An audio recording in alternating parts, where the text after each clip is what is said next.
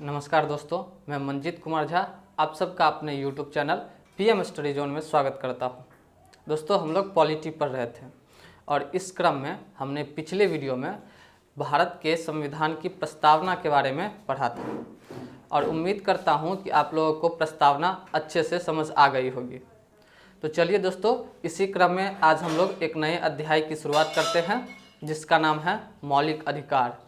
यानी हमारे संविधान में जो मौलिक अधिकार दिए गए हैं, आज हम उन्हीं के संबंध में उनका अध्ययन करेंगे।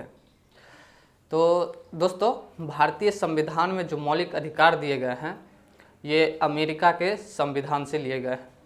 और सबसे पहली बात जो है वो मौलिक अधिकार होता क्या है। तो दोस्तों, मौलिक अधिकार का तात्पर्य है कि राजनीतिक लोकतंत्र के जो आदर्श हैं उनकी उन्नति से है। इसका सीधा सीधा मतलब ये हुआ कि अगर राज्य कोई कठोर कानून बनाती है तो ये मौलिक अधिकार उस कानून के खिलाफ हमें कुछ स्वतंत्रता प्रदान करती है। यानी ये राज्य के शासकों या केंद्र के शासक को तानाशाही होने से बचाती है या रोकती है। तो आइए दोस्तों, हम देखते हैं मौलिक अधिकार क्या है। तो दोस्तों, ये भारतीय संविधान के भाग 3 में आर्टिकल 12 से 35 के बीच है। यानी मौलिक अधिकार जो है उसे भारतीय संविधान के भाग 3 के अंतर्गत आर्टिकल 12 से 35 में रखा गया है। और दोस्तों, इसी मौलिक अधिकार को भारतीय संविधान का मैग्ना कार्टा कहा गया है। अब आप लोगों के मन में क्वेश्चन आता होगा कि ये मैग्ना कार्टा क्या होता है। बराबर आप लोग शब्द सुनते होंगे मैग्ना कार्टा, मैग्ना कार्टा। तो दोस्तों, ये जो शब्द है इसकी अवधारणा ब्रिटेन से आई है। पूर्व में यानी 1215 ईस्वी में ब्रिटेन के जो शासक थे जॉर्ज किंग द्वितीय, उन्होंने लोगों के दबाव में कुछ अधिकार पत्र पर हस्ताक्षर किए थे और इसी अधिकार पत्र पर जो हस्ताक्षर किए थे उसे मैग्ना कार्टा कहा गया। उसके बाद से ये परंपरा चलने लगी कि जब भी किसी को कुछ अधिकार दिए जाते थे तो उसको मैग्ना कार्टा की संज्ञा दे दी जाती थी।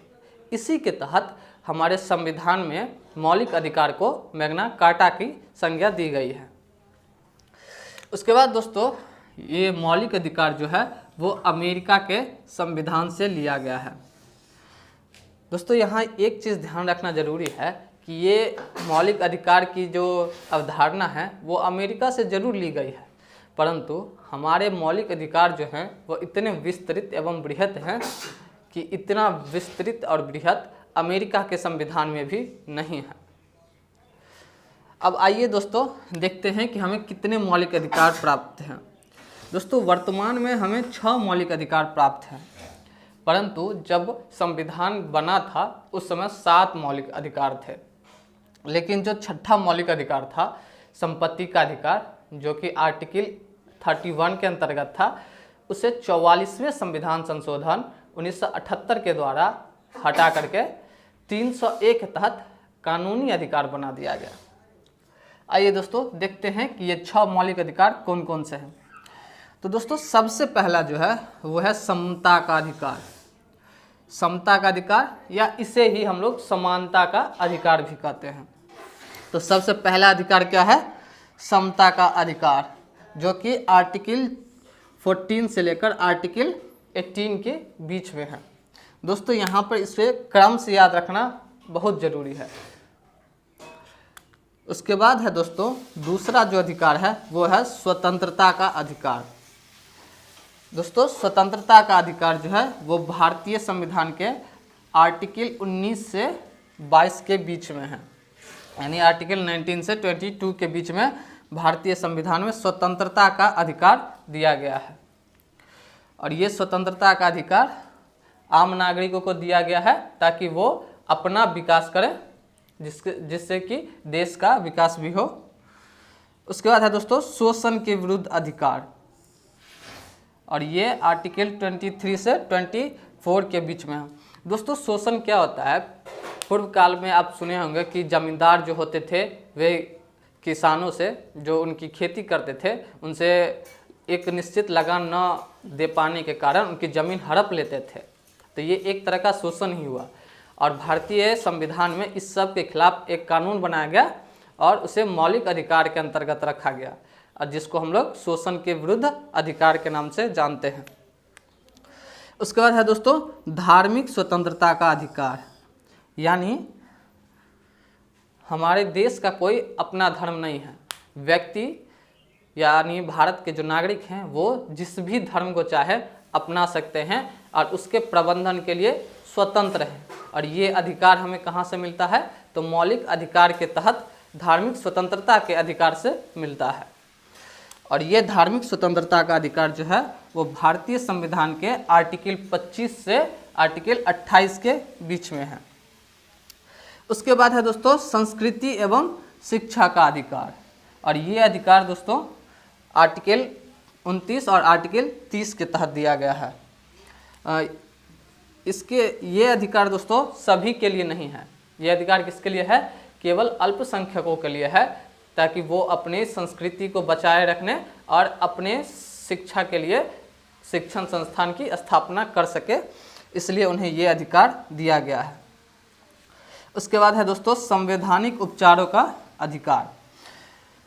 अगर इन अधिकारों में से किसी भी अधिकार का हनन होता है तो आम आदमी यानी नागरिक सीधे सुप्रीम कोर्ट में या हाई कोर्ट में इसके खिलाफ शिकायत दर्ज करा सकता है, जहां से इसका उपचार किया जाएगा, यानी उस पर कार्रवाई की जाएगी जिन्होंने उस अधिकार का हनन किया है। तो ये अधिकार किसके अंतर्गत है? आर्टिकल 32 के अंतर्गत है। दोस्तों आप पूछेंगे कि 29, 30 बीच में 31 कहाँ है? तो मैंने पहले ही बताया था कि छठा जो मौलिक अधिकार था संपत्ति का अधिकार, वो आर्टिकल 31 के अंतर्गत था, जिसको कि 44वें संविधान संशोधन विधेयक 1978 के द्वारा इस मौलिक अधिकार के सूची से हटा करके कानूनी अधिकार में डाल दिया गया। अब आइए दोस्तों इस सब के बारे में अध्ययन करते हैं। पहले अध्ययन करने से पहले एक बार फिर से इसके क्रम को देख लेते हैं। पहला है समता का अधिकार, क्योंकि इस क्रम में याद रहना बहुत ज़रूरी है। कभी कभी आपको 3-4 अधिकार दे दिए जाएंगे और उनको क्रम में सजाने को कहा जाएगा, तो इसलिए क्रम से याद रखना बहुत ज़रूरी है। पहला है दोस्तों समता का अधिकार, जो कि आर्टिकल 14 से 18 के बीच में है। दूसरा है स्वतंत्रता का अधिकार, जो कि आर्टिकल 19 से 22 के बीच में है। तीसरा है दोस्तों शोषण के विरुद्ध अधिकार, और ये आर्टिकल 23 से 24 के बीच में है। चौथा है धार्मिक स्वतंत्रता का अधिकार, ये आर्टिकल 25 से 28 के बीच में है। उसके बाद पांचवा अधिकार है संस्कृति एवं शिक्षा का अधिकार, और ये आर्टिकल 29 से 30 के बीच में है। उसके बाद है संवैधानिक उपचारों का अधिकार, और ये आर्टिकल 32 में निहित है। उसके बाद दोस्तों आइए हम देखते हैं पहला अधिकार जो है समता का अधिकार, जो कि आर्टिकल 14 से 18 के बीच में है। हम लोग उसको देखते हैं। ये दोस्तों अब हम लोग पहले देखते हैं समता के अधिकार को। समता का अधिकार यानी जिसको समानता का अधिकार भी कहा जाता है, मतलब कि सब आदमी सभी नागरिक समान हैं, यही अधिकार ये बताता है। इस अधिकार से पहले आप लोगों के मन में कुछ प्रश्न आते होंगे कि मैंने यहाँ पर लिखा है कि मौलिक अधिकार जो है वो आर्टिकल 12 से 35 के बीच में है, जबकि समता का अधिकार यानी जो पहला अधिकार है वो आर्टिकल 14 से शुरू हो रही है। तो फिर आर्टिकल 12 और आर्टिकल 13 क्या है? तो दोस्तों मैं यहाँ पे नीचे लिख दे रहा हूँ कि आर्टिकल 12 में जो है, आर्टिकल 12 में वो मौलिक अधिकार की परिभाषा दी गई है। इसमें आर्टिकल 12 में इसकी परिभाषा दी गई है, और आर्टिकल 13 में जो है इसमें कहा गया है कि ऐसा कोई भी कानून जो कि मूल अधिकार के असंगत होगा, यानी मौलिक अधिकार से अलग होगा।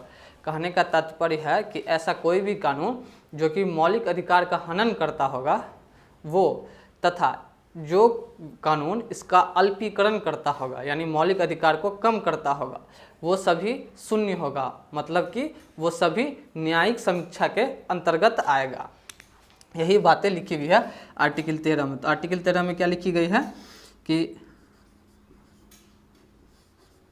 मूल अधिकार के असंगत अधिकार के असंगत या अल्पीकरण करने वाली विधि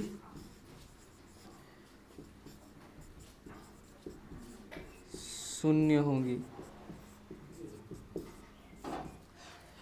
यानी मूल अधिकार के असंगत या उनका जो अल्पीकरण करेगा वो सभी कानून शून्य होगी, अर्थात वो न्यायिक समीक्षा के अंतर्गत आएगी। यानी न्यायालय जो है सुप्रीम कोर्ट उनकी समीक्षा करेगी ये सही है या गलत है।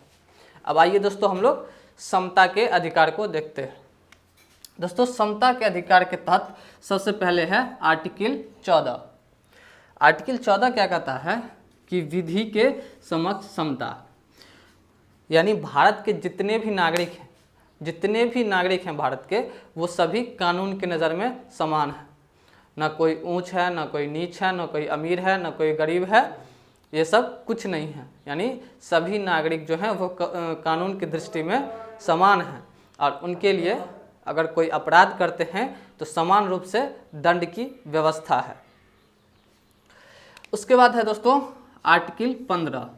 आर्टिकल 15 में कहा गया है कि जाति, धर्म, लिंग, मूल या जन्म स्थान इत्यादि को लेकर के जो समाज में विभेद चलता आ रहा है उसको समाप्त किया जाएगा। यानी इसके भेदभाव पर रोक लगाया जाएगा। ऐसा सामाजिक समानता को विकसित करने के लिए किया गया है। आप लोग जानते होंगे कि बहुत पूर्व से हमारे समाज में छुआछूत जैसी या ऊंच नीच जैसे भेदभाव चलते आ रहे हैं, या कोई गोरा काला इत्यादि की भेदभाव बहुत पहले से चलती आ रही है। तो भारतीय संविधान में व्यवस्था किया गया कि इन सब पर रोक लगना अत्यंत आवश्यक है। इसीलिए इसे समता के अधिकार के तहत आर्टिकल 15 में लिखा गया कि जाति, धर्म, लिंग, मूल और जन्म स्थान आदि के आधार पर जो भेदभाव होता है उस पर रोक लगाना चाहिए। उसके बाद है दोस्तों आर्टिकल 16। आर्टिकल 16 क्या कहता है कि लोक नियोजन में अवसर की समानता। लोक नियोजन क्या होता है? कहने का तात्पर्य है कि जितने भी आर्थिक क्रियाकलाप होंगे या फिर नियोजन होगी, नियोजन का मतलब नौकरियों से है, यानी जितने भी आर्थिक क्रियाकलाप होंगे या रोजगार के अवसर होंगे उनमें सभी आदमियों को समान रूप से अवसर दिया जाएगा।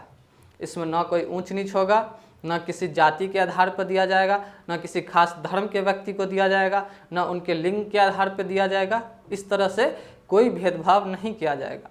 यानी सभी आर्थिक क्रियाकलापों और रोजगार में सभी नागरिकों को समान रूप से और उचित अवसर दिया जाएगा ताकि वो अपनी जीविका वहन कर सकें। उसके बाद है दोस्तों आर्टिकल 17। आर्टिकल 17 में कहा गया है अस्पृश्यता का अंत। पुराने समय से हमारे समाज में छुआछूत जैसी भयंकर बीमारी चली आ रही थी और ये बहुत खतरनाक बीमारी थी जो देश के विकास में बहुत बड़ी बाधा उत्पन्न कर रही थी और इस पर रोक लगाना अत्यंत आवश्यक है। इसलिए संविधान निर्माताओं ने इसको एक कानून का रूप दिया और कानून में भी किस कानून के अंतर्गत? तो मौलिक अधिकार के अंतर्गत दिया, जिसमें आर्टिकल 17 में कहा गया कि जितने भी अस्पृश्यता हैं या छुआछूत हैं इसके व्यवहार को रोका जाए और इस पर रोक लगाया जाए। यानी आर्टिकल 17 में क्या कहा गया कि अस्पृश्यता का पूर्णतः अंत किया जाएगा। यदि कोई इसका उल्लंघन करता है तो हमारे कानून में उसके लिए उचित दंड है, दंड का प्रावधान किया गया है। उसके बाद है दोस्तों आर्टिकल 18। आर्टिकल 18 में है उपाधियों का अंत। जैसे कि आप पहले सुनते होंगे कि किसी को महाराज कहा जाता था, सम्राट कहा जाता था, चक्रवर्ती सम्राट कहा जाता था, महाराजाधिराज कहा जाता था, या फिर राय बहादुर, सर, खान इत्यादि कहा जाता था। लेकिन स्वतंत्रता के बाद जब संविधान बना तो उसमें कहा गया कि इन सभी उपाधियों पर रोक लगा दिया जाएगा। या फिर जो विदेशों से उपाधि ग्रहण करते हैं, जैसे नाइटहुड की उपाधि जो डॉक्टर रविंद्रनाथ टैगोर को मिली थी, इस तरह की उपाधि ग्रहण करते हैं, इस पर भी रोक लगाया गया। हालांकि विदेशों से उपाधि के संबंध में एक रियायत दी गई कि यदि वो प्रधानमंत्री से आज्ञा प्राप्त कर लेता है तो उपाधि को ग्रहण कर सकता है। तो इस तरह से आर्टिकल 18 के तहत उपाधियों पर रोक लगा दिया गया, यानी उपाधियों का अंत कर दिया गया। भारत में केवल शिक्षा से संबंधित या कुछ जो पुरस्कार हैं जैसे भारत रत्न, पद्मश्री, पद्म विभूषण, पद्म भूषण इत्यादि उपाधि चलती है और बाकी उपाधियों का क्या किया गया, अंत कर दिया गया। तो आज हमने मौलिक अधिकार के तहत कुछ बातों को देखा कि मौलिक अधिकार कितने हैं और उसके तहत जो समता का अधिकार है उसके कुछ प्रावधानों को हमने देखा। आपको ये वीडियो कैसा लगा इसके लिए हमें कमेंट करके बताते रहें।